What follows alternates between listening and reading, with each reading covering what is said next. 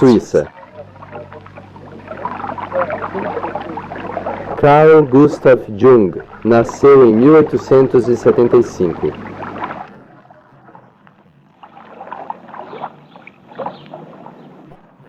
Um dos pais da psicologia moderna.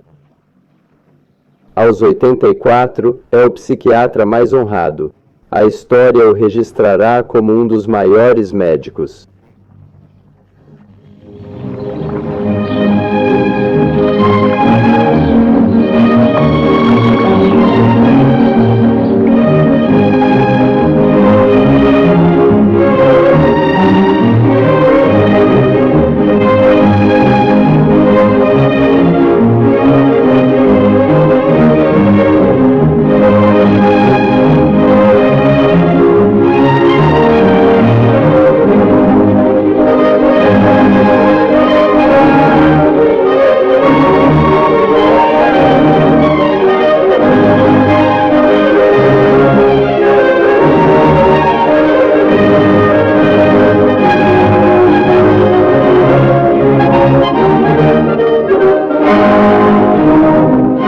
Carl Jung. Há quanto tempo mora nesta bela casa à beira do lago em Zurique? Faz cerca de 50 anos. Mora aqui só com suas secretárias e governanta inglesa? Sim. Sem filhos ou netos com você? Não moram aqui, mas tenho muitos nos arredores. Eles vêm visitá-lo com frequência? Ah, sim. Quantos netos você tem? Ah, 19. E bisnetos? Acho que 8, e um a caminho, suponho. E você gosta de tê-los por perto? Claro, é bom sentir essa vida ao redor. Você acha que eles têm medo de você? Acho que não. Se conhecesse meus netos, não pensaria assim. Eles pegam minhas coisas. Até meu chapéu roubaram outro dia. Posso levá-lo de volta à sua infância? Lembra quando primeiro sentiu consciência do seu eu individual? Foi no meu 11º ano. De repente, indo para a escola, saí de uma névoa. Era como se estivesse numa névoa e saísse dela, sabendo que existo. Eu sou o que sou. Então pensei, o que eu era antes? E percebi que estivera numa névoa, sem saber me diferenciar das coisas. Era apenas uma coisa entre muitas. Isso se associou a algum evento específico ou era normal da adolescência? Bem, é difícil dizer. Não lembro de nada antes que explicasse essa súbita consciência. Não tinha brigado com seus pais, por exemplo? Não. Que lembranças tem dos seus pais? Eram rígidos e antiquados na criação? Bem, eles eram do fim da Idade Média. Meu pai era do campo. Imagine como eram as pessoas nos anos 1870. Tinham convicções que as pessoas viviam há 1800 anos. Como ele tentava impor essas convicções? Ele te punia, por exemplo? Oh, não, de jeito nenhum. Não, ele não fazia isso. Era muito liberal e extremamente tolerante e compreensivo. Com quem você tinha uma relação mais íntima, seu pai ou sua mãe? É difícil dizer. Claro que geralmente se é mais íntimo da mãe, mas pessoalmente eu tinha uma relação melhor com meu pai, que era previsível.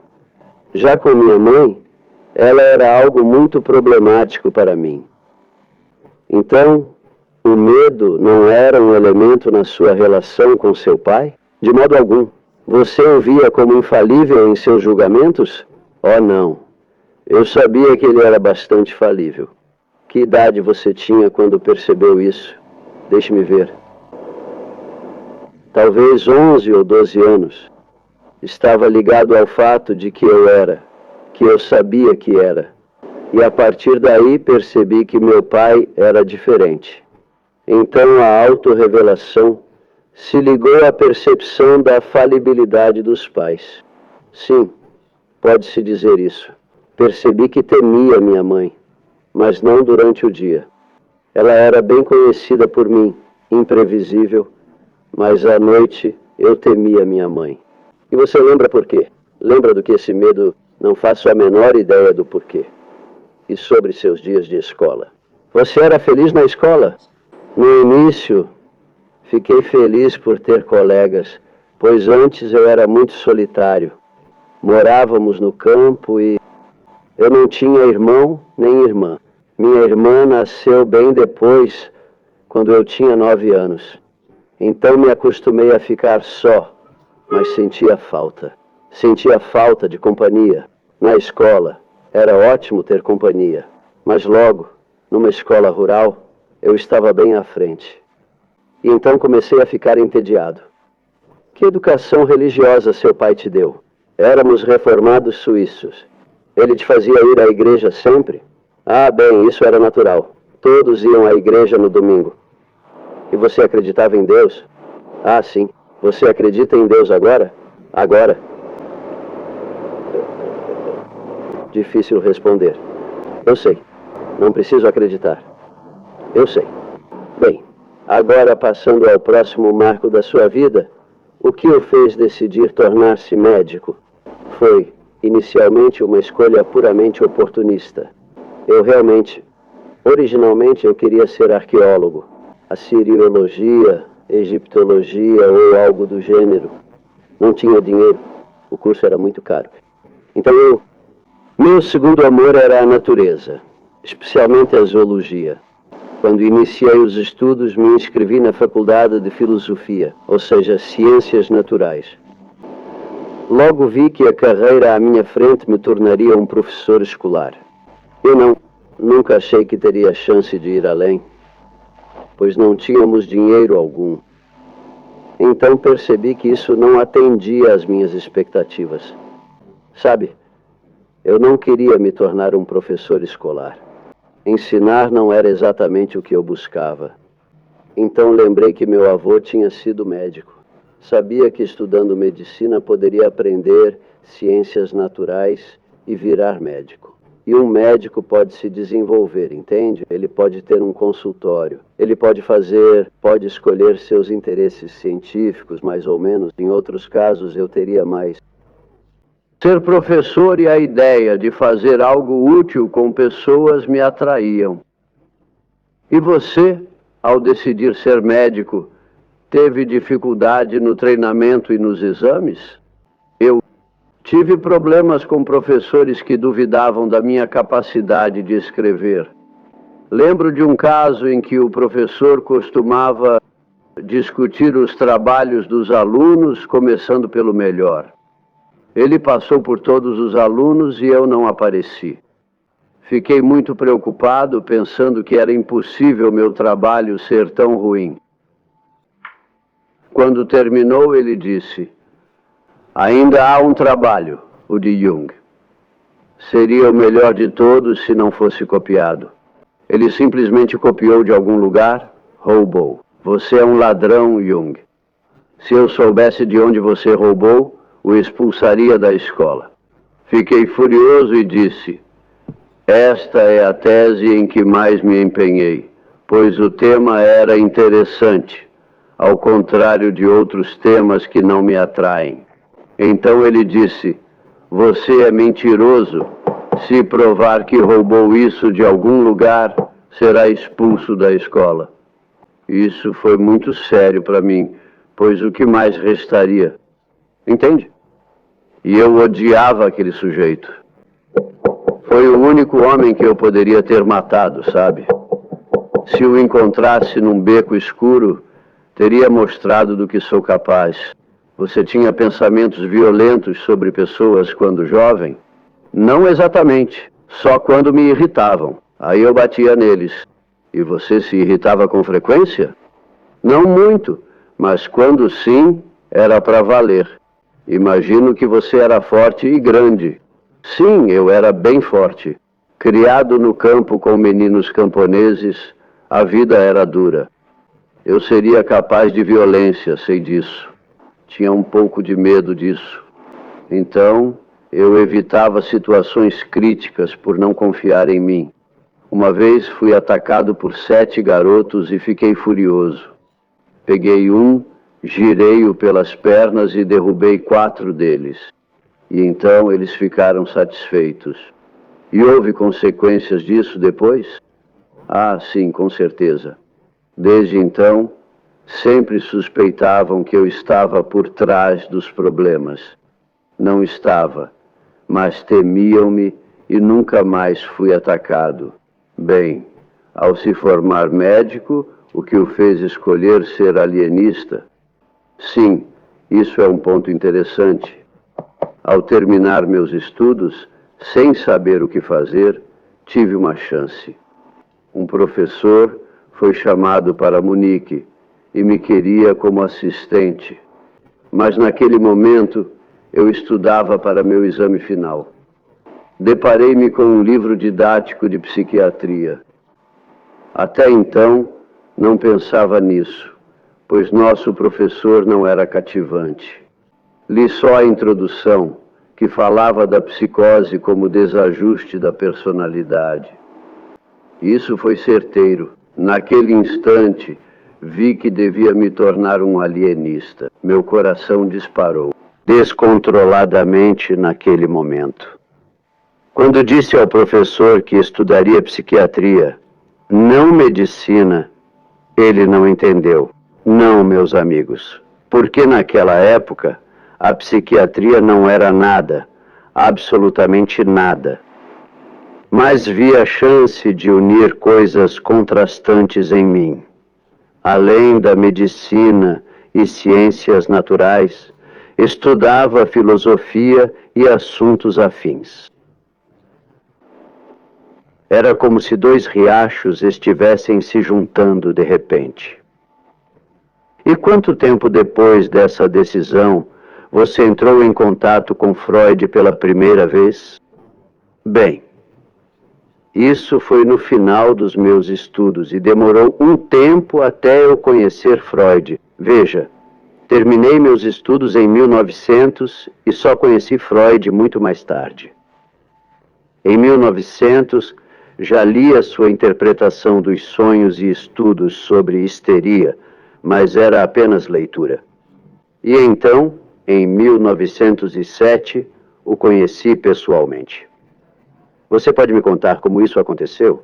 Você foi a Viena para... Bem, eu tinha escrito um livro sobre a psicologia da demência pré-catatônica chamado Esquizofrenia. Enviei-lhe esse livro e assim nos conhecemos. Fui a Viena por 2 semanas e tivemos longas e profundas conversas, o que decidiu tudo. E essa longa e profunda conversa foi seguida por uma amizade pessoal? Ah, sim. Logo se desenvolveu numa amizade pessoal. E que tipo de homem era Freud? Bem, ele era uma pessoa complexa, sabe? Eu gostava muito dele.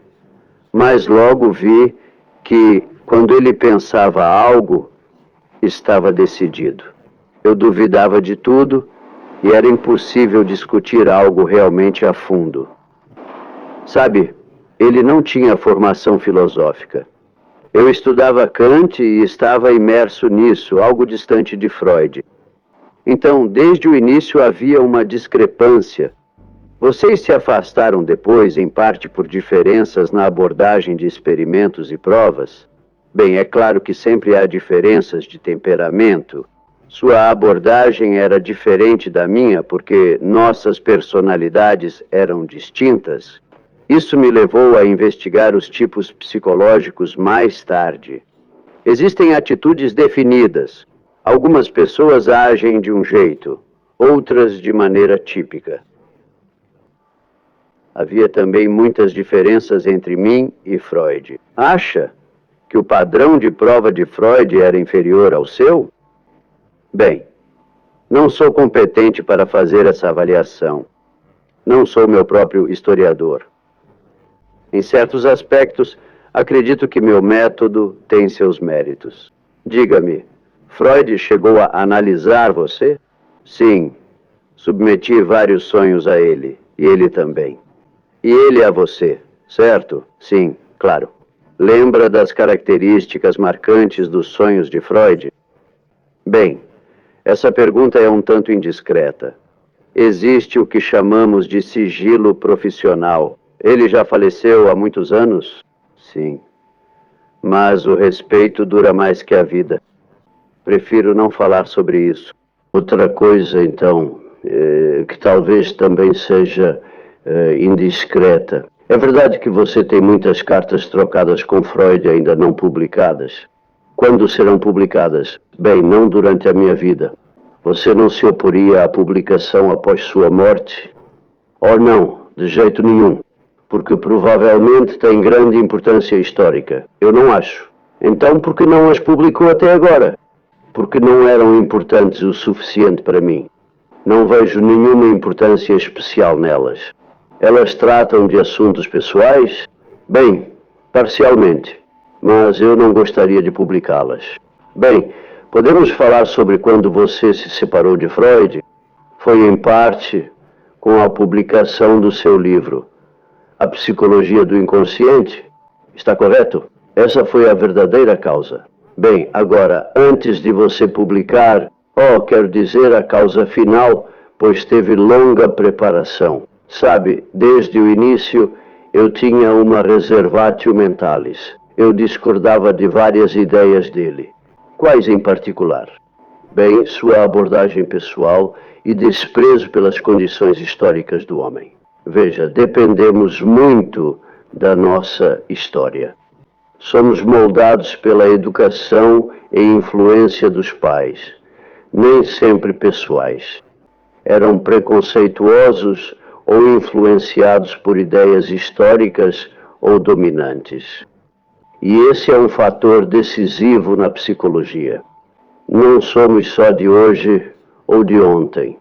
Somos de uma idade imensa. Foi sua observação clínica de casos psicóticos que o fez divergir de Freud. Parcialmente, minha experiência com esquizofrênicos me levou a essa ideia. Há algum caso que você vê como ponto de virada no seu pensamento?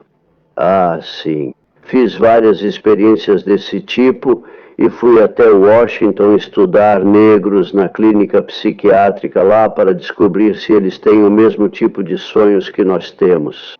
Essa experiência e outras me levaram à hipótese de que existe um extrato impessoal em nossa psique. E posso lhe dar um exemplo. Tínhamos um paciente na enfermaria. Ele estava quieto, mas completamente dissociado, esquizofrênico.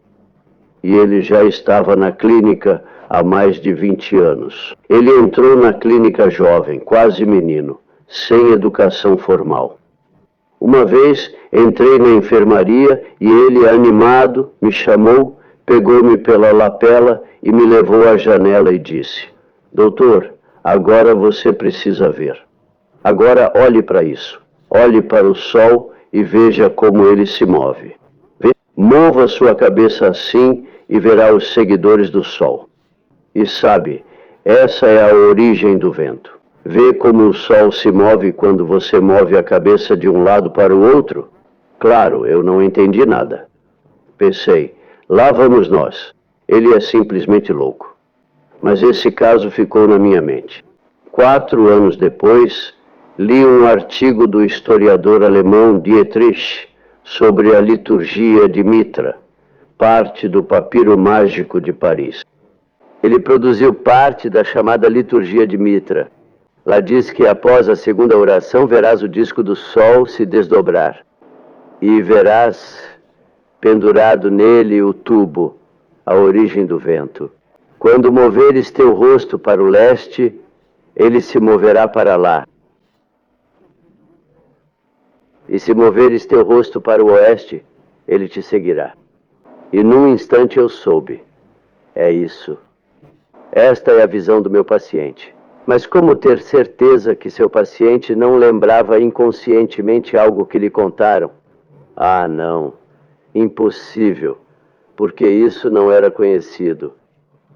Estava num papiro mágico em Paris, nem publicado ainda. Só foi publicado 4 anos depois de eu observá-lo com meu paciente. E isso provou para você que que havia um inconsciente além do pessoal? Bem, não foi uma prova, mas uma pista. E eu a segui. Sim, agora me diga, como decidiu iniciar seu trabalho sobre os tipos psicológicos? Isso também foi resultado de alguma experiência clínica específica? Nem tanto. Foi por motivo pessoal. Fazer justiça à psicologia de Freud, ao Dr. Wardell e achar meu rumo. Isso me ajudou a entender por que Freud e Adler desenvolveram suas teorias.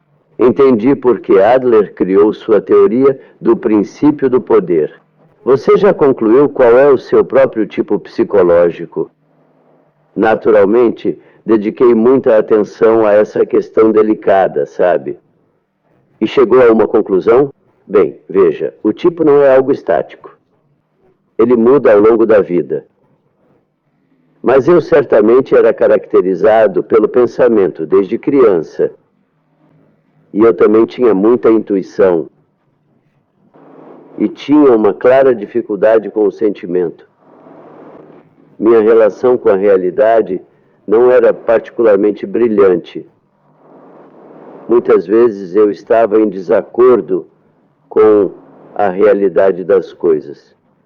Isso lhe dá todos os dados necessários para o diagnóstico. Na década de 30, quando você trabalhava muito com pacientes alemães, você previu que uma Segunda Guerra Mundial era bem provável, certo? Bem, olhando para o mundo hoje, você acha que uma Terceira Guerra Mundial é provável? Não tenho indicações definitivas sobre isso, mas há tantos sinais que é difícil saber o que estamos vendo. São árvores ou é a floresta? É muito difícil dizer, porque os sonhos das pessoas contêm apreensões, sabe? Mas é difícil dizer se eles apontam para uma guerra, porque essa ideia está muito presente na mente das pessoas. Antigamente, sabe, era bem mais simples. As pessoas não pensavam em guerra e, portanto, era mais claro o que os sonhos significavam. Hoje em dia, não é mais assim. Estamos tão cheios de medos que não sabemos exatamente para onde isso aponta. Uma coisa é certa, uma grande mudança na nossa atitude psicológica é iminente. Isso é certo. Por quê? Porque precisamos de mais. Precisamos de mais psicologia. Precisamos entender melhor a natureza humana.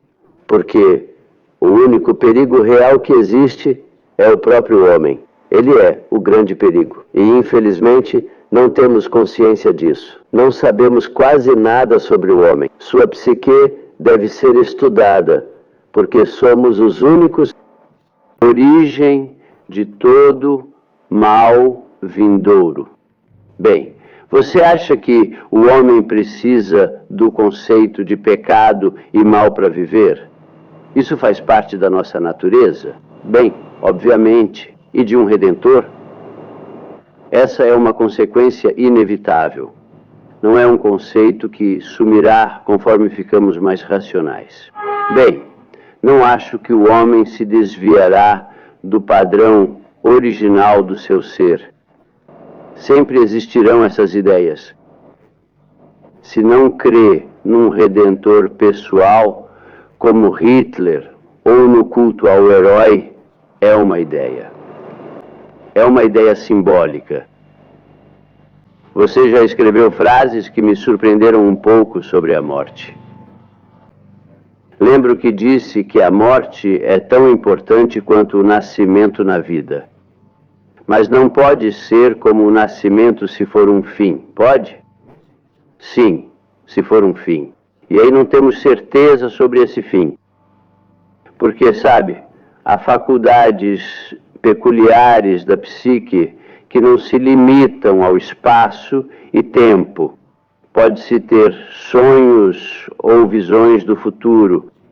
Pode-se ver além dos cantos e coisas assim. Só a ignorância nega esses fatos. É evidente que existem e sempre existiram. Esses fatos mostram que a psique, em parte, não depende dessas limitações. E então? Quando a psique não precisa viver só no tempo e espaço, ela não se submete a essas leis. Isso sugere uma continuação da vida, uma existência psíquica além do tempo e espaço. Você acredita que a morte é o fim ou acha que... Bem, não posso dizer. Veja, a palavra crença é difícil para mim. Eu não acredito. Preciso de razões para uma hipótese. Ou sei algo, e quando sei, não preciso acreditar. Se eu não me permito acreditar em algo só por acreditar, não posso crer. Mas, havendo razões suficientes para uma hipótese, aceitarei naturalmente. Diria que devemos considerar a possibilidade de tal e tal. Você disse que devemos ver a morte como meta e evitá-la é fugir da vida. Que conselho daria aos idosos para isso quando creem que a morte é o fim? Tratei muitos idosos. É interessante ver o inconsciente lidando com o fim. Ele ignora isso. A vida se comporta como se continuasse. Acho melhor os idosos viverem como se tivessem séculos pela frente. Assim, ele vive adequadamente, mas com medo, olhando para trás, ele petrifica e morre antes do tempo. Quando vive ansioso pela grande aventura à frente, então ele vive. E é isso que o inconsciente pretende fazer. Claro que todos morreremos, e este é o triste final de tudo. Mas há algo em nós que não acredita nisso, aparentemente. Isso é apenas um fato psicológico. Não significa que isso prove algo. É simplesmente assim. Por exemplo, não sei por que precisamos de sal, mas o comemos porque nos sentimos melhor. Então, ao pensar de certa forma, você pode se sentir consideravelmente melhor. E creio que se pensarmos alinhados com a natureza, pensamos corretamente. Isso me leva à última pergunta que quero lhe fazer. Conforme o mundo fica mais eficiente, parece mais necessário agir coletivamente. Acha possível que o ápice do homem seja submergir sua individualidade numa consciência coletiva? Isso é pouco provável. Acho que haverá uma reação contra essa dissociação comunal. Sabe, o homem não aceita sua anulação para sempre. Haverá uma reação. E eu vejo isso acontecendo. Meus pacientes buscam sua existência contra a atomização no vazio ou na insignificância. O homem não suporta uma vida sem sentido.